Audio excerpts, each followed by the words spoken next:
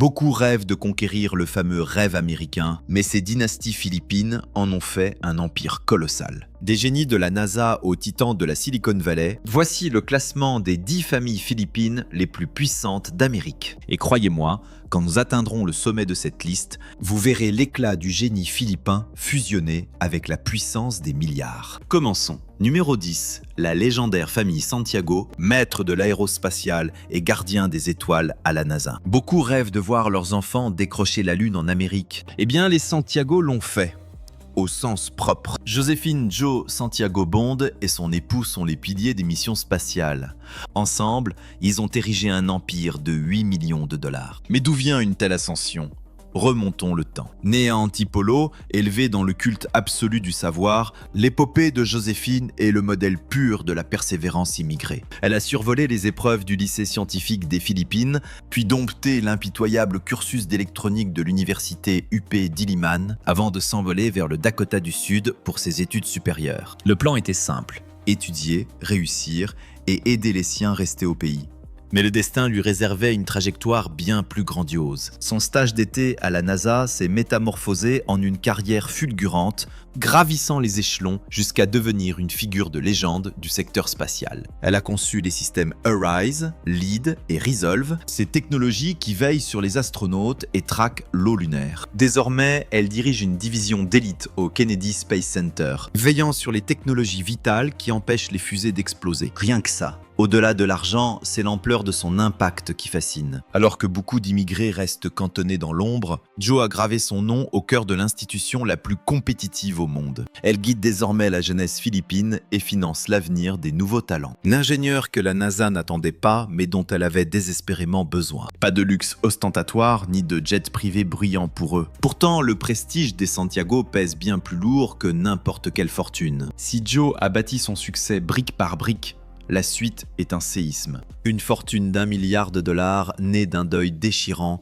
de l'audace et d'un retournement digne des meilleurs thrillers de Wall Street. Numéro 9. La famille Lewis. L'incroyable récit d'une renaissance. Loin d'hériter d'un coffre-fort, Loida Nicholas Lewis a hérité d'un chaos total. Contre toute attente, elle a transformé ce désastre en le plus grand retournement d'entreprise. Native de Sorsogon et armée de son diplôme de droit de l'UP, Loida était une force tranquille, capable de briser les codes avec efficacité. À New York, elle fut la première Philippine à conquérir le barreau sans diplôme américain, avant de décrocher son master à la prestigieuse Université de Columbia. Pendant des années, elle a gravi les échelons de l'administration tout en protégeant son foyer. Puis le drame frappa.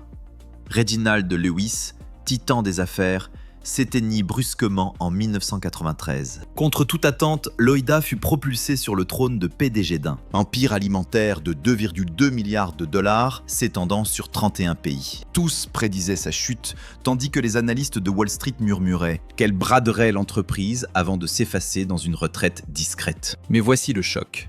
Loida entra dans l'arène, redressa fièrement les épaules et surpassa les génies de l'Ivy League à la tête de TLC Béatrice. Elle terrassa les dettes, optimisa tout et signa une revente aux profits colossaux en 1999.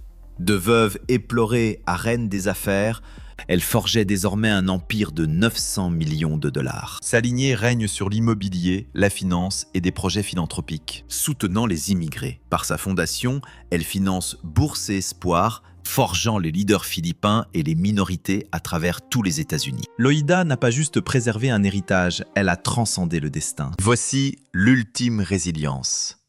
Un récit digne d'une épopée cinématographique, mêlant tragédie, pouvoir et un triomphe final gravé dans l'histoire. Si l'ascension de Loida est un thriller, notre prochain récit nous transporte. Des bureaux au salon Bâle, là où la soie et le satin s'éveillent. Numéro 8, la famille L'Huillier, architecte d'un empire de mode multimillionnaire. Cette dynastie règne sur les tapis rouges. Regardez bien ces défilés, car depuis 20 ans, les créations de Monique Lhuillier dominent le monde. Elle est l'élue d'Hollywood, celle qu'on appelle pour toucher au divin. De Taylor Swift à Michelle Obama, ses chefs-d'œuvre ont conquis plus de cœurs que les stars elles-mêmes. Née à Cebu, fille d'un grand magnat joaillier, Monique a grandi dans un écrin de beauté, guidée par une mère icône de mode. Mais son ambition dépassait les mondanités. Après ses études en Suisse, elle intègre le prestigieux Institut de la mode de Los Angeles. Là, son génie éblouit tous les regards dès 1996. Avec son époux Tom, elle lance sa propre maison de haute couture nuptiale, un simple label devenu en un éclair une maison de luxe absolue. Son coup de maître ?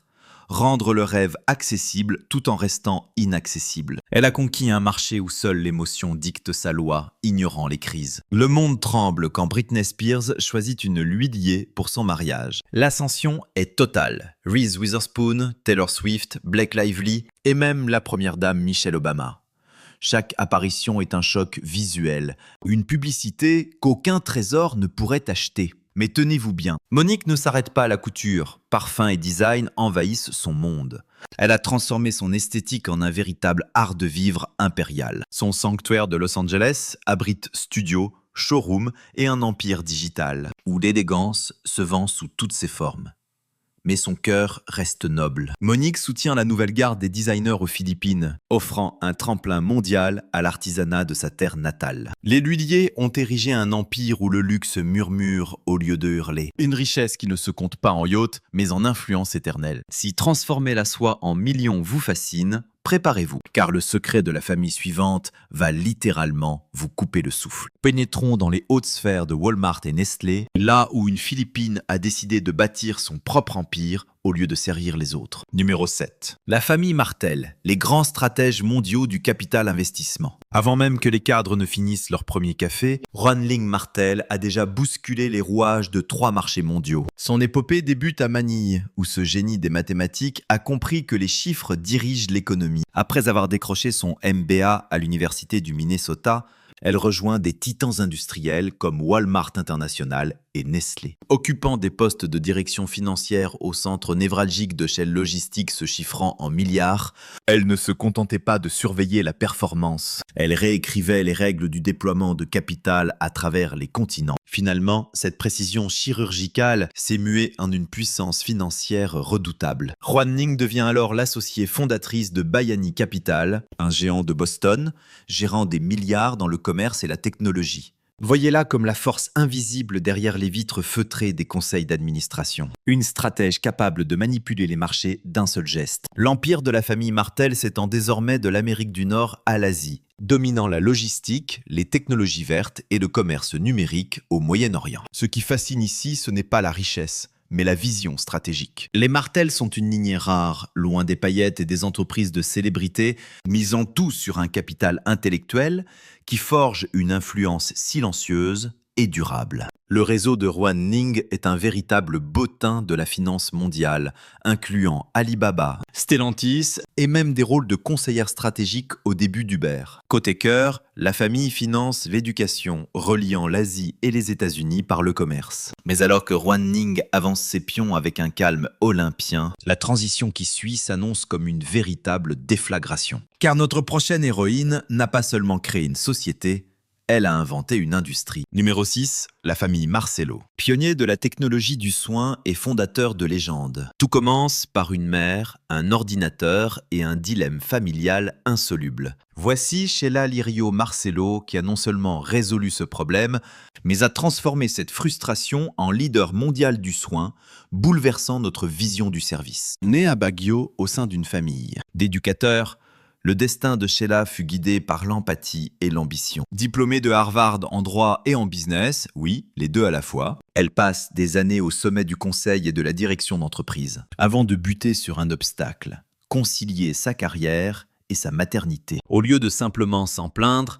elle a bâti sa propre solution. En 2006, Sheila lance Care.com, le tout premier marché mondial à grande échelle pour les soignants, reliant les familles aux babysitters et aux aides pour les seniors. Ce projet est devenu une plateforme mondiale présente dans plus de 20 pays, servant des millions de personnes et entrant en bourse en 2014. 6 ans plus tard, le rachat frise les 500 millions de dollars. Un dénouement légendaire. Mais Sheila brise tous les clichés de la Silicon Valley. Elle n'a pas bâti qu'une boîte tech. L'éthique était dans l'ADN du produit. Rare femme immigrée à entrer en bourse, elle a imposé sa voix pour défendre les congés parentaux payés, le soutien à l'enfance et l'ascension des femmes dans la tech. Désormais à la tête de Proof of Learn et OI.ai, elle lie éducation et blockchain, unissant soins et écosystèmes futuristes. Son influence familiale rayonne désormais dans l'investissement providentiel et l'éducation et l'innovation sociale. Un empire changeant la compassion en capital. Suite de l'histoire. Une famille prouve que le style surpasse parfois les meilleurs logiciels, mariant avec élégance deux mondes cousus d'un seul fil. Numéro 5, la famille Natori, hybride de mode et d'industrie. À l'heure de quitter Wall Street, beaucoup achètent de l'art. Josie Natori, elle, a choisi de devenir cette œuvre. Née à Manille, cette prodige maniait les chiffres aussi habilement que ses esquisses. Après ses études à Manhattanville, au cœur de New York, elle intègre Merrill Lynch, brisant les plafonds de verre comme vice-présidente précoce. À l'époque où Wall Street restait un club d'hommes, son destin bascule en 1977. Elle troque les actions pour la soie. Face à des blouses brodées des Philippines, Josie saisit ce que nul n'avait vu. L'artisanat philippin méritait enfin de briller sur la scène mondiale. Elle fonde alors la Natori Company, une marque de luxe fusionnant héritage oriental et design occidental. En 1983, ses créations subliment les rayons de Saks, redéfinissant le prestige du fabriqué aux Philippines dans la mode. Loin de délocaliser comme ses pairs, Josie bâtit ses usines au pays, employant 500 artisans philippins. Son empire s'étend désormais de la décoration aux parfums raffinés, mais son pilier reste ce modèle d'intégration verticale, qui fait vivre l'art philippin à travers le monde entier. Décoré de l'ordre de Lacandula pour son immense prestige, son fils Kenneth assure la relève, tel un pont culturel et familial. Natori n'est plus seulement du luxe, c'est un héritage sacré. Si l'empire de Josie respire l'élégance, le récit change brusquement d'échelle, car notre prochain sujet délaisse la soie pour la puissance brute. Ici, on parle de régner sur des industries entières. Une fortune qui ne fructifie pas, elle gouverne. Numéro 4, la famille Benjamin, architecte de la finance numérique. Avant l'explosion de la fintech, Yobi Benjamin codait déjà les rouages de vos portefeuilles numériques. Né à Malabon, le parcours de Yobi est celui d'un génie polymathe. Il débarque aux États-Unis, l'esprit bouillonnant de code, prêt à transformer. La complexité technique en expérience fluide. Architecte clé de Google Wallet et Apple Pay, il a redéfini le paiement. Une infrastructure invisible qui brasse désormais des milliards de dollars chaque jour. Mais tenez-vous bien, son ambition dépasse de loin la simple finance. Benjamin a cofondé des géants du prêt-à-porter connecté et des biotechnologies, touchant à tout, des écrans nouvelle génération au diagnostic de pandémie. Son empreinte marque l'intersection moderne entre technologie et destin humain. Via Token.io, il a dicté les standards bancaires européens, ces règles permettant aux banques de dialoguer en toute sécurité. Sa famille investit aujourd'hui dans l'intelligence artificielle et la résilience climatique, ce qu'il appelle des défis à l'échelle planétaire à surmonter. Il domine aussi bien les conseils d'administration que le mentorat de codeurs. Tous rêvent de succès. Mais alors que Yobi traçait les rails financiers, notre prochaine dynastie posait les fondations du Wall Street moderne. Et ils l'ont fait bien avant l'éveil économique de l'Asie. Numéro 3, la famille Clemente, les pionniers de Wall Street. Quand Wall Street ignorait l'Asie sous le brouillard de l'après-guerre, Lilia Clemente a vu l'avenir. Son récit mêle intelligence et audace. Diplômée en économie puis cadre à la Fondation Ford, elle s'est imposée. Formée à l'université de Chicago, haut lieu de la pensée économique mondiale, elle a choisi de ne pas subir la finance, mais de la refaçonner. En 1976, elle lance Clemente Capital, visionnaire et féminine. Son but audacieux, injecter les fonds américains dans les marchés asiatiques. Sa firme a géré des milliards, dominant le secteur à son apogée, créant les passerelles d'investissement, ouvrant la voie au capital investissement futur. Elle a fluidifié les flux de capitaux entre l'Amérique et l'Asie. Rare femme manager et philippine de surcroît, elle était une exception. Lilia est devenue l'architecte des marchés, une force dont l'influence résonne. Mais elle ne s'est pas arrêtée à la gestion de capital pur. Elle a cultivé le talent via sa fondation, finançant bourse et leadership. Elle prépare la relève des penseurs et financiers d'origine asiatique. La fortune de Lilia Clemente est institutionnelle, bâtie sur le long terme.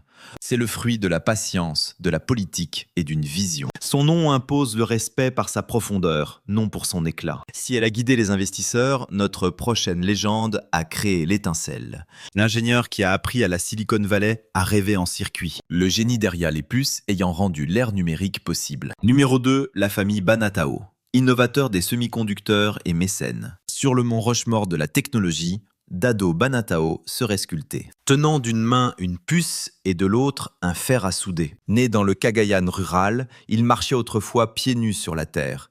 Étudiant à la lampe à pétrole, il réparait des radios par passion. De ses humbles racines à Stanford, son destin était de tout changer. Il allait concevoir les innovations révolutionnant l'informatique personnelle à jamais. Banatao a inventé le premier microprocesseur 16 bits pour calculatrice. Puis le premier contrôleur Ethernet, rendant les ordinateurs plus rapides et abordables. Une technologie désormais accessible à des milliards d'êtres humains. Si votre ordinateur communique aujourd'hui, vous le devez au génie Dado Banatao. Après avoir enchaîné les succès foudroyants dans la tech, il a fondé Tollwood, un titan finançant l'élite des semi-conducteurs mondiaux. Sa fortune, estimée à 800 millions de dollars, repose sur un pur génie intellectuel et une volonté d'acier. Mais sa vraie force réside dans ce qu'il transmet. Via sa fondation, il a injecté des millions en bourse, créant laboratoires et programmes de pointe à travers les Philippines, éveillant ainsi la nouvelle génération de talents technologiques. Il a transformé la philanthropie en destin national, semant l'opportunité partout. Pourtant, malgré la vision colossale de Dado Banatao, le sommet de notre liste revient à une dynastie impériale. Le joyau de la réussite philippine changeant le silicium en légende. Numéro 1.